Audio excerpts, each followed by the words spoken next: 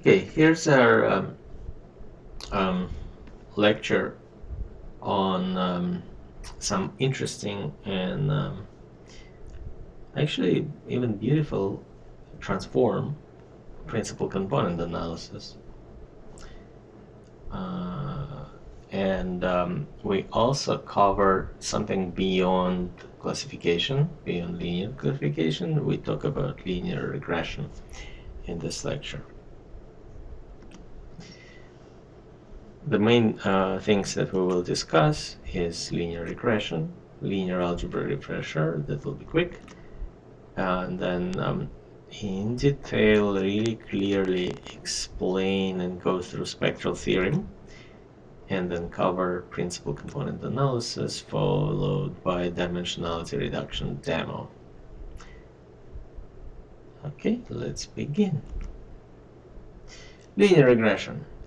I have mentioned that already before. We have discussed part of it in some of the previous lectures, and you should know by now that we owe Legendre and Gauss for invention of the method. Actually, the method of least squares fitting, and the name regression, the cryptic, actually not explaining anything name, was given by Francis Galton. He may not be the one to fully blame for the name adoption.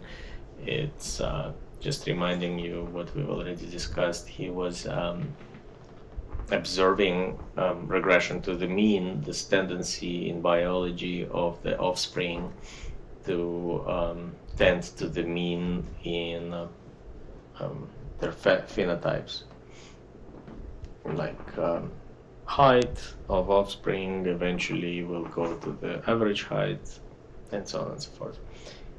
How did the method of least squares get the regression name attached to it? I don't know, but okay. Anyways, just my pet peeve that the name doesn't explain much or anything at all. We have also talked about this least squares, mean least squares on least mean squares method when we were trying to avoid working with only linearly separable data. In the last lecture, when we were trying to separate the data that's not necessarily linearly separable, but the problem there was that the classification least mean square solution will not always be able to find a separating hyperplane, even if it exists. So it works in practice, but it's not guaranteed to find a solution, right? But linear regression, for fitting a line through a data set or fitting a hyperplane through a set of points, actually works beautifully. If we use methods of least squares, for example, we have our measurements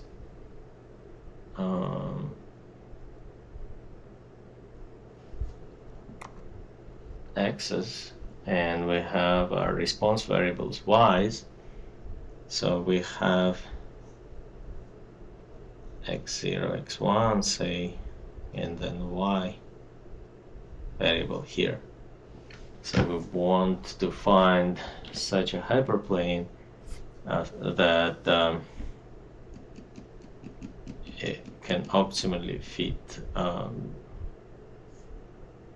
the y's, such that the squared error of the y's to the hyperplanes is minimized. So w time transpose time x gives us prediction of the y, and we want the linear prediction, linear fit to the y be minimal in square root sense. So that's linear regression, least mean squares, or least mean squares. We're minimizing just the mean squares in the regression. So instead of writing this, we can rewrite this in the matrix form, and in the matrix form, everything is more beautiful in the matrix form, as you know, right? So W transpose times Xi, right, is the same as Xi transpose times W. We're still in component-wise, element-wise form. How do we get that X and W? That's what I'm trying to say. W actually is the same in both cases, but Xi, so Xi is this transpose is the row vector, Xi transpose, or X1 transpose, and then we go X2 transpose and put them together, and X3 transpose, and finally our last Xn transpose. Number of samples here, it's the same n, and this is our X matrix. This X is the same as here. So we take this X matrix and just multiply it by W. When we do, each row of X matrix is multiplied by the vector, and we get a column vector where each column is a prediction of Yi. Each ith row, not a column, each ith row is a prediction of Yi. So the result of this multiplication will be a vector predicted, and we take all of our true responses and simultaneously all together we want to minimize squared mean squared error. Well, how do we get the mean squared error? That's where the transpose multiplication comes in. You can work it through, and you will see that you probably need to add this, and there's two ways to write the same thing. Those are two ways to write exactly the same thing. Because when this transposed vector is multiplied by this vector, essentially it's a sum of the squares, because we have this difference right inside the square brackets. So I took this equation and rewrote it in the matrix form. They're equivalent representations of the same mathematical expression. Once we have that, we can open up the square, right? It's like a plus b squared.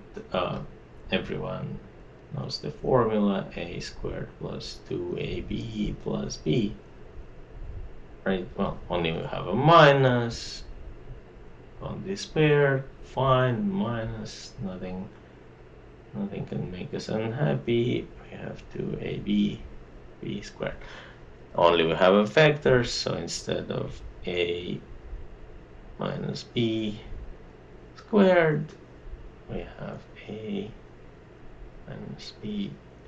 So this is the same, right? That's the same good old formula that you remember from your high school.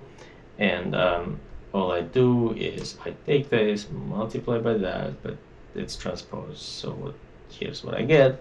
And then I take this, multiply by y, and this y transpose times y transpose xw with a minus, and another one with a minus x, or not an x, w transpose x transpose y. those are actually the same, the answer will be exactly the same. So I have 2 times that, and then y by transpose. Just to rewrite, I expanded. Once I expanded this, you want to drop the y's because the y's are given and they're not affected by anything. If I will be minimizing this expression with respect to w, I want to find such a w that my least mean squares criterion or loss is minimized. And since w is not a part of y transpose y, this y transpose y wouldn't affect my result. I drove it, and I compute the derivative of apologies for this going over screen, but basically I take my least mean squares criteria and I want to know the derivative using the formula for now. We can derive it, but there is no need. The formula of quadratic form. So notice this will be the b,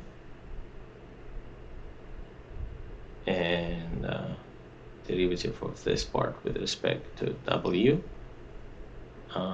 will be x transpose x plus x transpose x multiplied by w, and derivative of this part is nothing but, this is just a linear equation, right?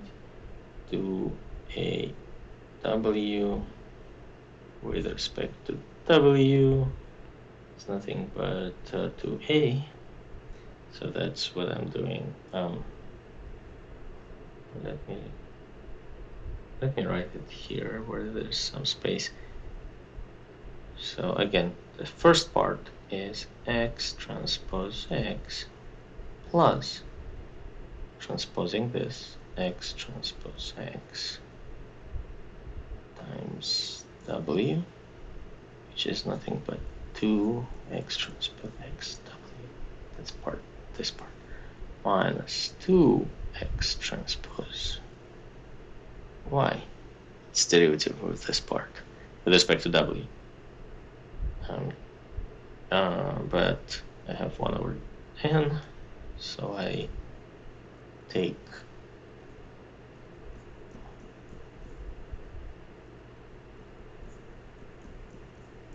that's what I get here.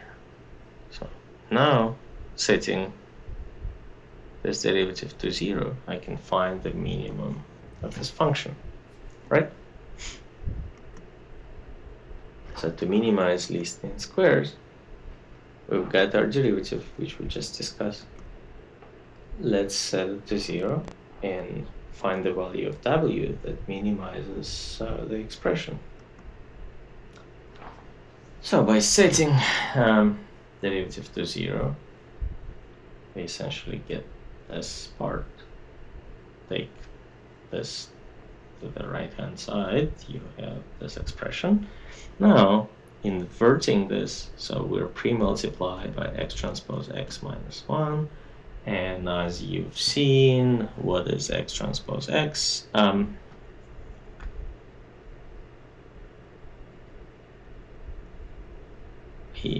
Our x has d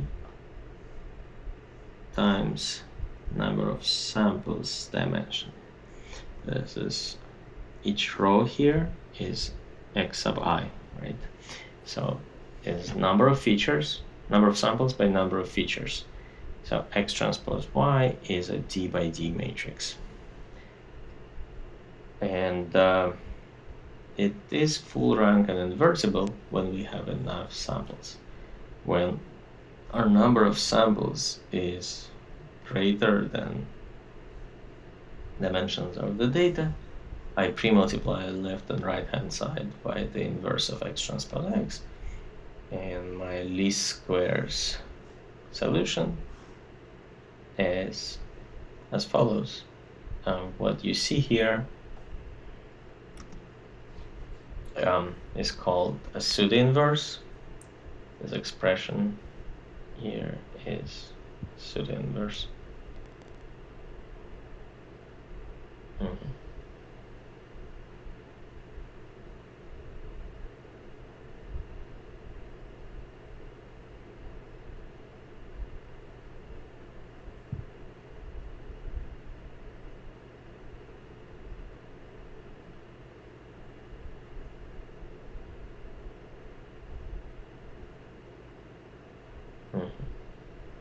And we arrived at it from differentiation, but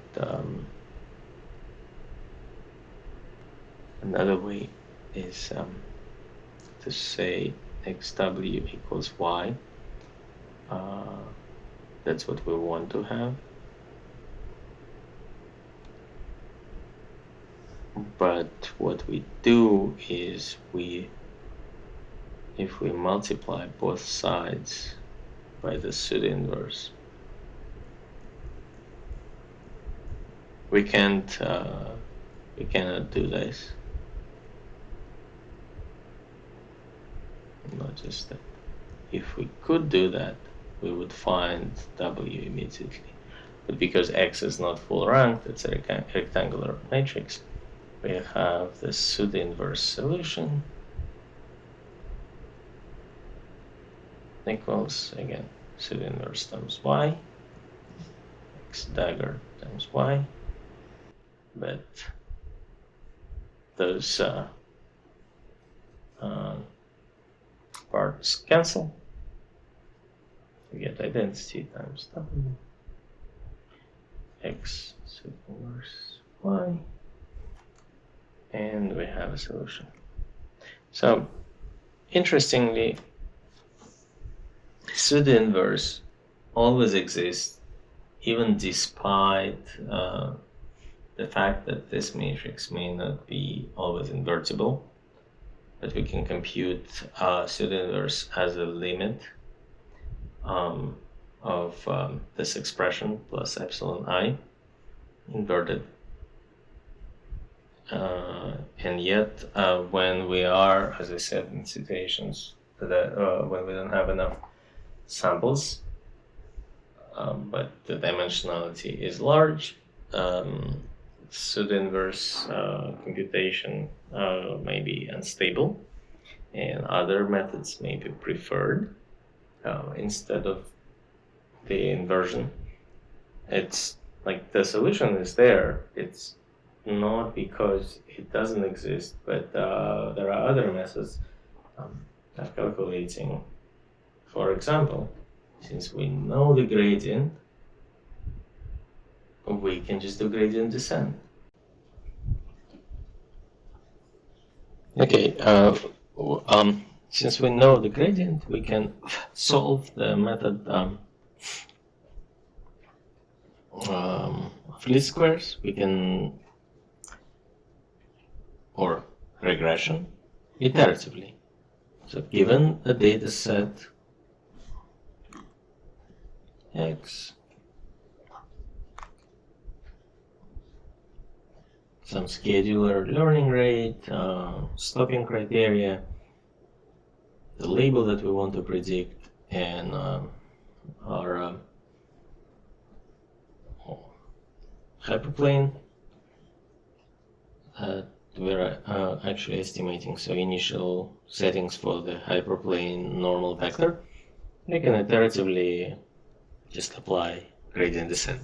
But interestingly, we can do the same even in a stochastic fashion by single sample by sample. And remember our, let me try it, our objective, the least squares objective, was something like yi minus w transpose x I squared. So if we differentiate, I think we did, right, fw with respect to w, then what we will get. So we have yi squared minus 2yi w transpose xi plus w transpose xi squared. Just opening up the square. This thing doesn't affect us at all. Now derivative of this with respect to w will be minus 2yi xi, a vector, plus 2w transpose xi. Okay, makes sense. W and x's are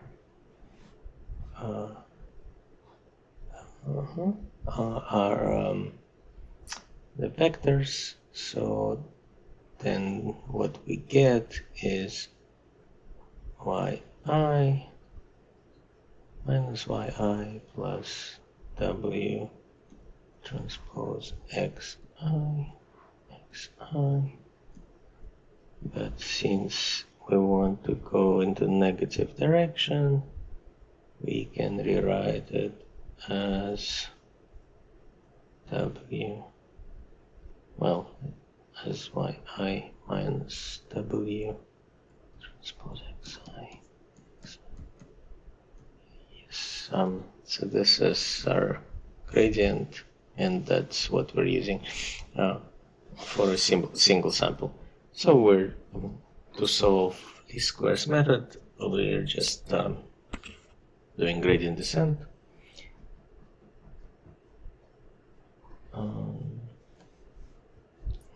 For updating parameters of our normal vector. It's easier said than done because there's a certain instability in the algorithms, and some papers being published on that by Bishop, Chris Bishop, among others. And what Chris Bishop tells us that learning rate in this case needs to be set accurately. So it's very sensitive to the learning rate. Okay, we can solve least squares by pseudo inverse method. We can solve least squares iteratively in a batch or in a single sample stochastic fashion, and thus we can solve a regression problem. Okay, which one of those three regressions, or rather fits, least mean square fits, is the correct one? And I need to make sure it's a bit sarcastic. So, the one on the left is what actually people call regression. All of them are least mean square fits.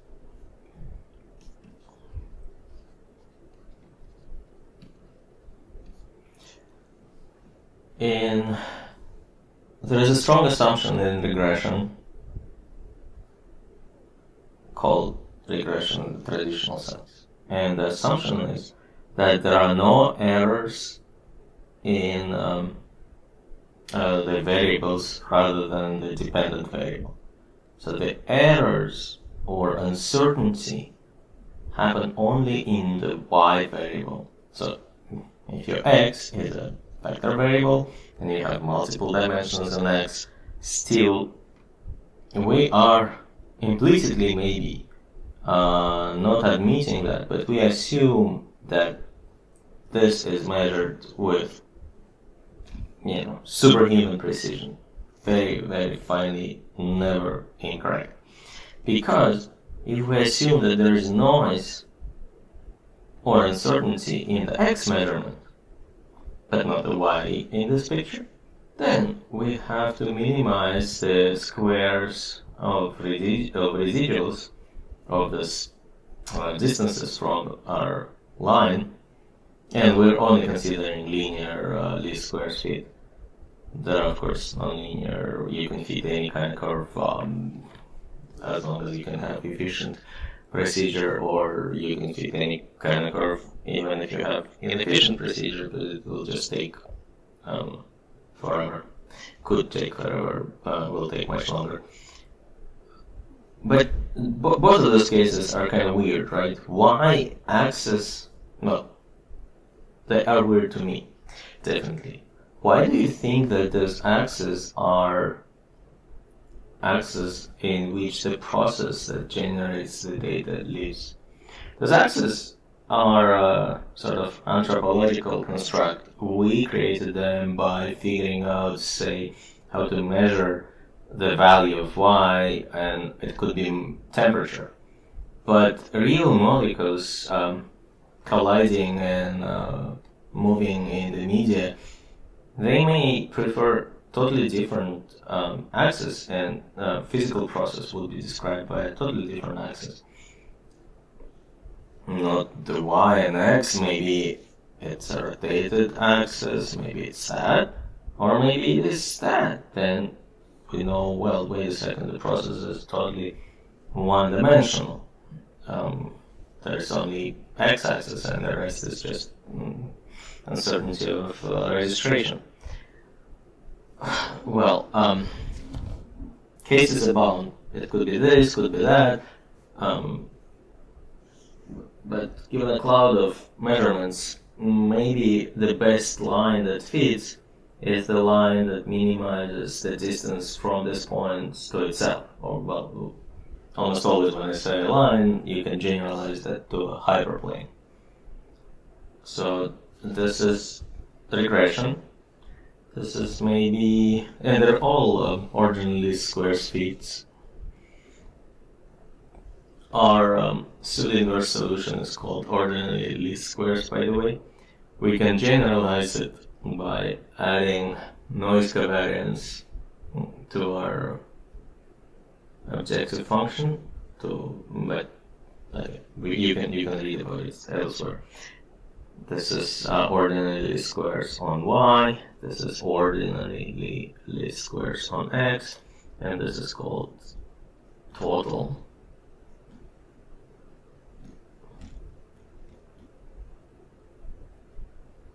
Or the subject of our further lecture, PCA feed. Let's call it PCA feed for now, because that's what I do in my further slides. So let's play with dataset. I will make this code available with this lecture. I wrote it exactly for this experiment, so you don't. Well, the purpose of this exercise, one of the purposes, is to show you, hopefully, that you need to be not dogmatic. Don't try to learn one definition and think that's all it means, that's all there is to it. Like, if it's regression, that means we do that, and we always do that because other people do regression in similar cases. Pattern matching is one ability of intelligence, but I hope your intelligence is better than just pattern matching, and you will actually think about what problem you're solving, and you will generalize beyond what you saw. So red line is y feet, blue line is x feet, and green line is the PCA feet. We're just fitting a line to the data that we collected. And here I specifically generated it so that the noise uncertainty is only in the y-axis.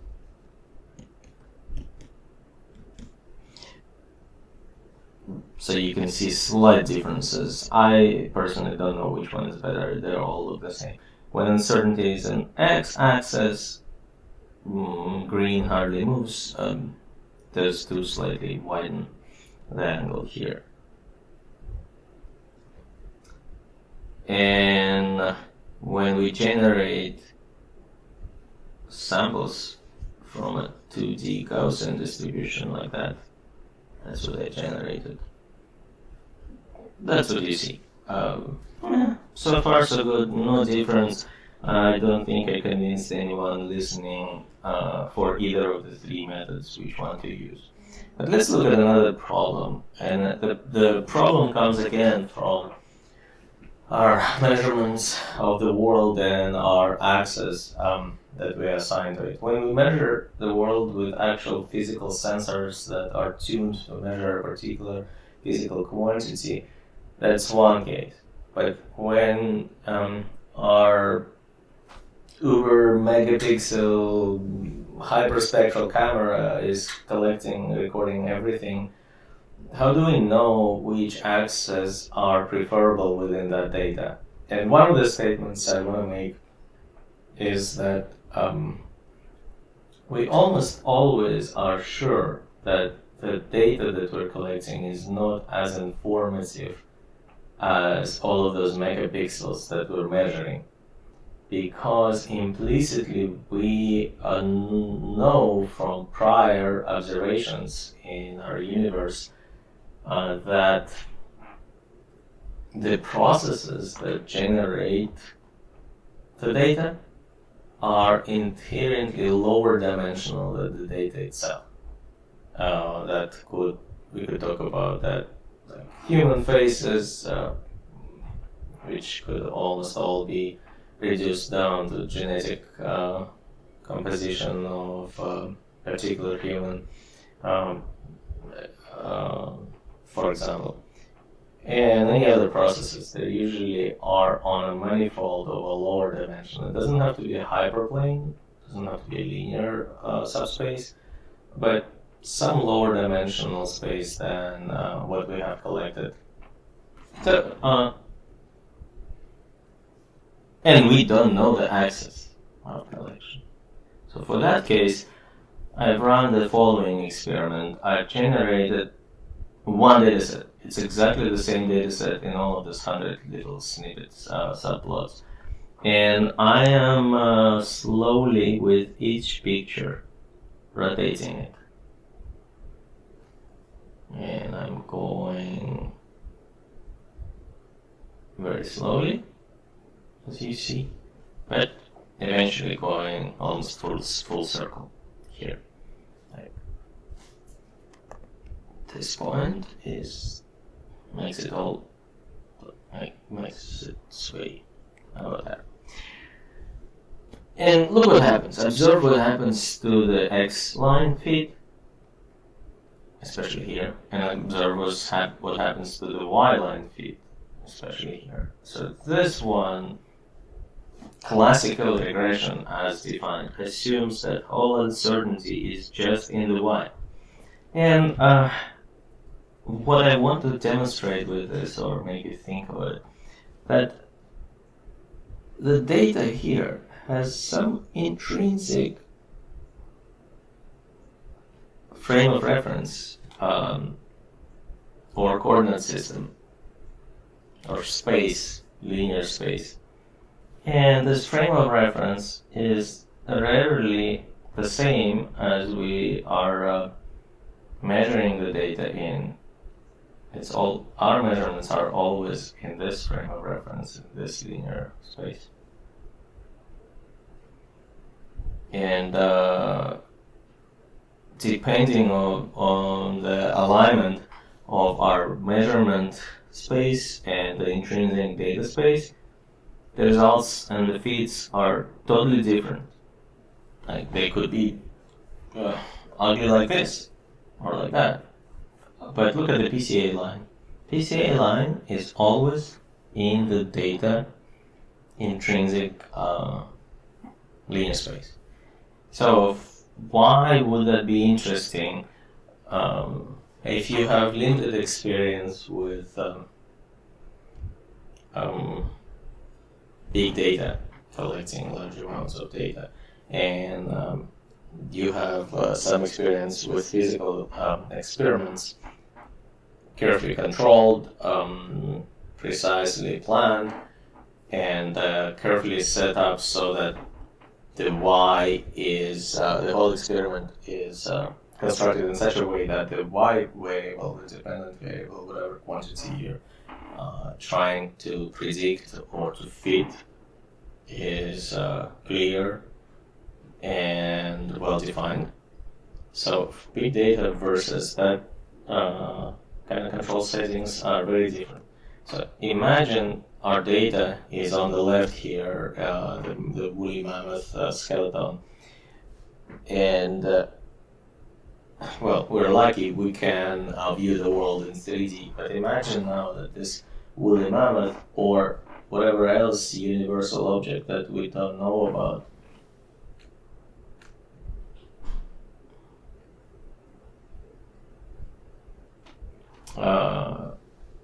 is multidimensional instead of my bad, apologies. Okay.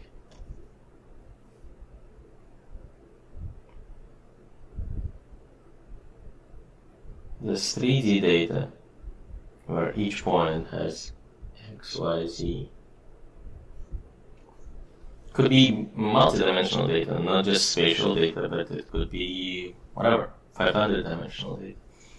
And we'd like to treat the data in a way that we can see some regularities with our naked eye, or usually we simplify the problem by linearizing it, by putting the multidimensional object into a flat two-dimensional Euclidean geometry. And so wouldn't it be better to consider local patches and kind of look at them individually and then only make sense in multi-dimensions? Maybe. So one example would be, what if our data is still two-dimensional, but it is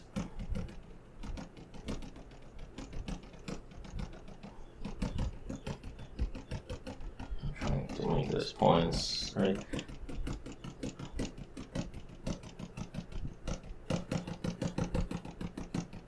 It's like that. And then by making a fit or whatever, nothing fits, there is no correlations. Right, but if we locally feed PCA lines, we will find shape of the circle.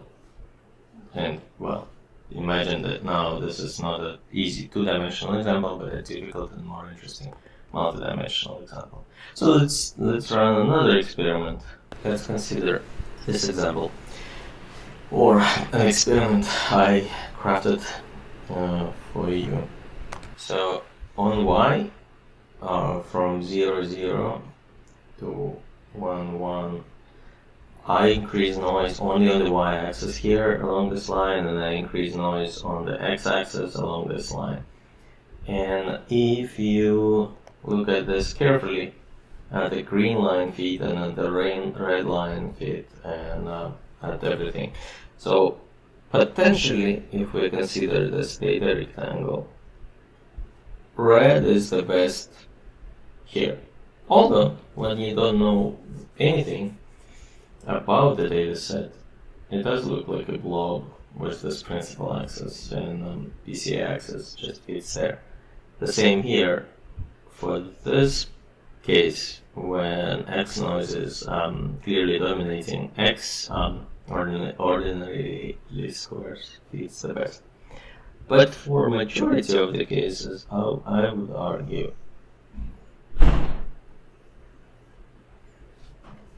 given absence of any other information, PCA feed makes a lot more sense. So here's an eye candy picture for you how the PCA feed will be computed iteratively, but we'll talk about the actual details of its computation in just a bit.